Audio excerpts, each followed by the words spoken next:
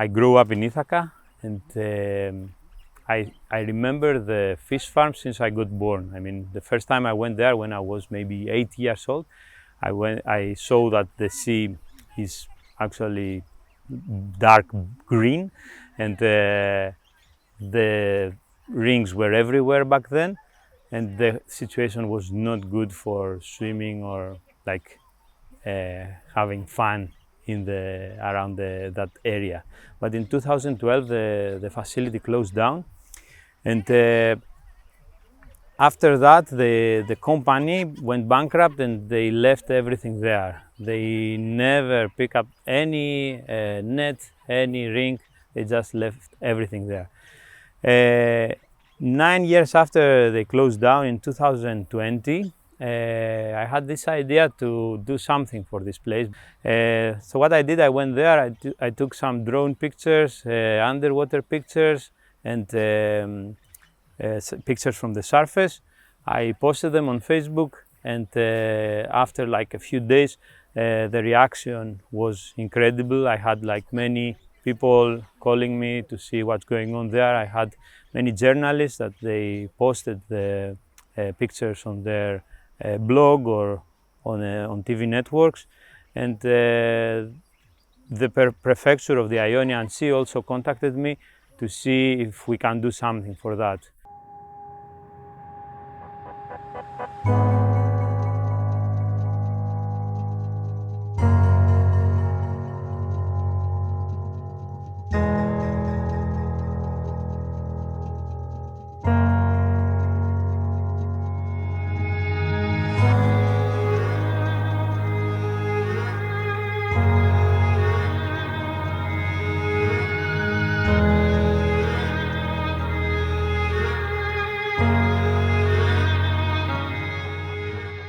This project here in Ithaka is the biggest project in our history, not only in terms of environmental impact, but also in terms of community involvement. Last September, there was a hurricane kind of storm which hit the Ionian Islands, and that made the situation even worse. So the material of plastic pipes, foam, ropes just got spread in the whole area and polluting almost all beaches around the island. So we decided to take action. It took us half a year of preparation to bring together many partners. About 13 partners joined in total this project. Over 40 people, half of them divers. So we really had a great team mixed, working underwater, above water.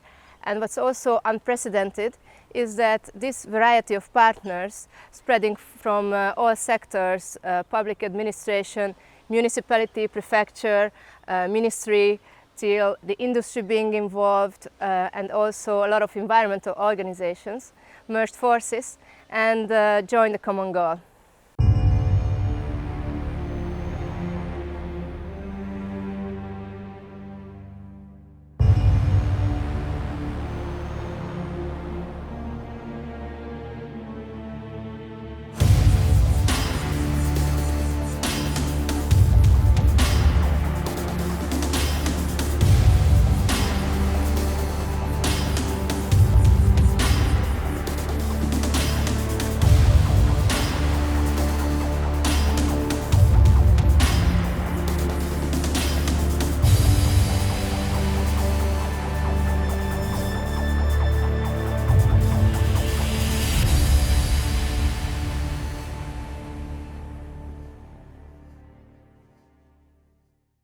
The situation here is terrible. Apart from the normal plastic pollution the island has, there is this major destruction caused by a fish farm that was abandoned more than 10 years ago. Actually, the catastrophe, it's so big, you can see it from a satellite. So we felt that it's kind of our duty, to do something about that. And starting in Ithaka, maybe we can create a new odyssey, inspiring more people and organizations to take action to clean their own local areas from similar situations. Fishermen take a huge hit with the fish farm nets and all this pollution there. fish stocks are going down. At the same time, the tourism sector of the island is struggling. They cannot use the whole area there. It's dangerous. And of course, the shipping sector takes damages too. A lot of these floating nets, ropes, and other materials are entering their propels and creating very, very, very expensive damages. So by collecting that, by restoring the ecosystem, we are helping the local economy to boost. And that's why we are very passionate about our work and very happy in collaborating with Healthy Seas, Ghost Divers, and all the other organizations.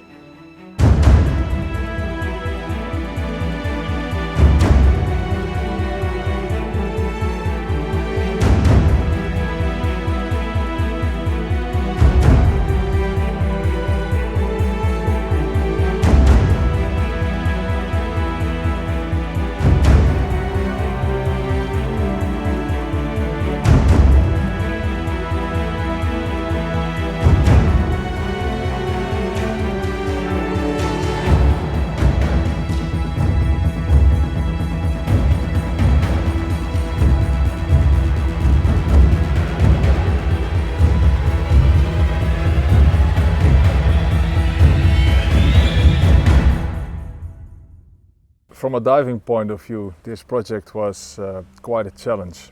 The materials we recovered was of course fishing nets, what we are used to do with the divers, so that was the diving part. But there were also a lot of metals we need to recover, which were actually old platforms, which were sunken. The platforms was the task of commercial divers because that was a little bit too heavy and that is considered as commercial diving. So there was a barge involved with commercial divers who took that part from us. Beside all the nets and the metal parts, there were of course rings to recover. The rings were floating at the surface, but there were also a few rings and loose pipes on the bottom. That was a collaboration between divers to bring them up and between a surface vessel, a very big old Navy vessel, which was helping us, and we gave it actually the very nice nickname Pac-Man because it was eating the fish farms on the surface, and you saw every day you saw more rings disappearing from the surface. So that was a very nice wording for that.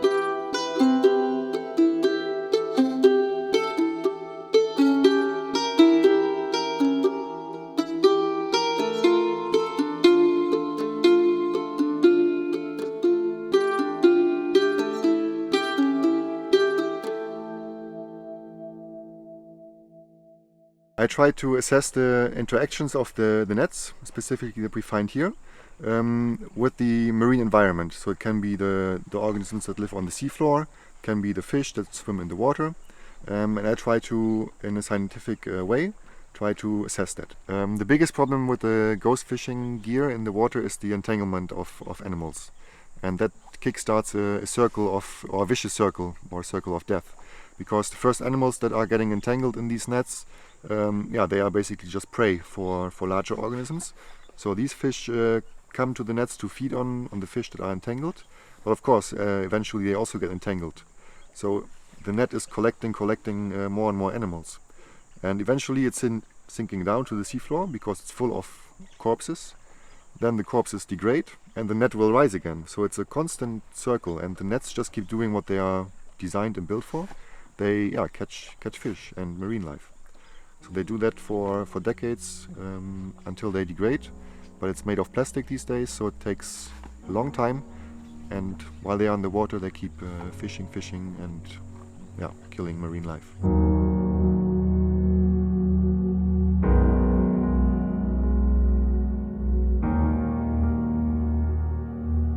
We launched launched this project 8th June on World Oceans Day and organized a public event and education programs.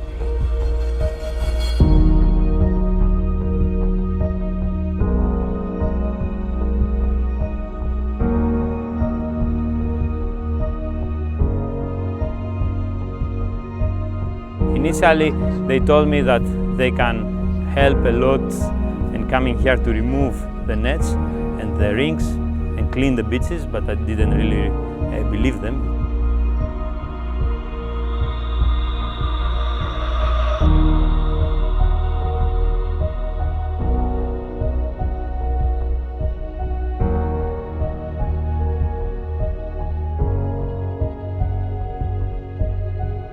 Whatever we do in whatever project all over the world, when it's not recorded, it never happened. You have to understand that photos and videos are actually the most important part of our recovery operations.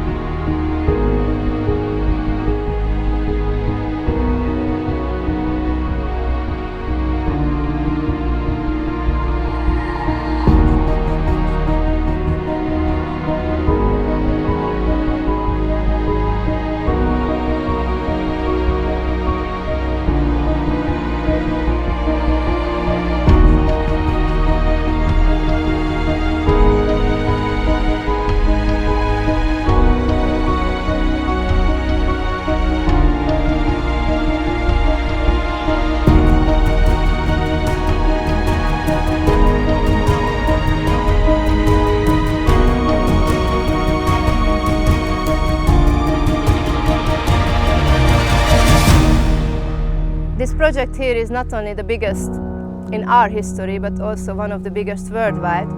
So basically, only within 8 days, with this group of people, we managed to clean up all coastal areas, 2 bays and 4 beaches, and recovered tens of tons of materials.